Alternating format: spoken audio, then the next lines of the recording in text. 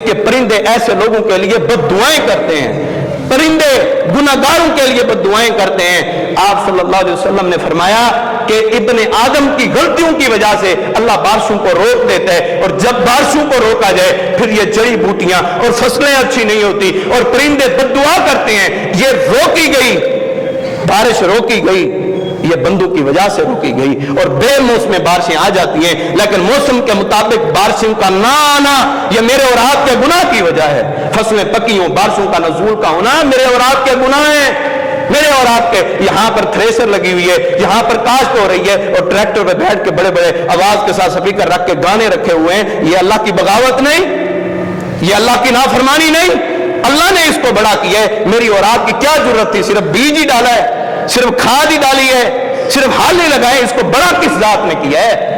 ایک دانے پہ 1000 سٹے کس ذات نے لگائے ہیں؟ اور وہاں پہ بیٹھ کے آپ اللہ کی نافرمانی کر رہے ہیں۔ اللہ اس رزق میں برکتیں نہیں دیں گے، اس رزق کے اندر تنگیاں آئیں گی، اس گھر کے اندر پریشانیاں آئیں گی، اور پرندے ایسے لوگوں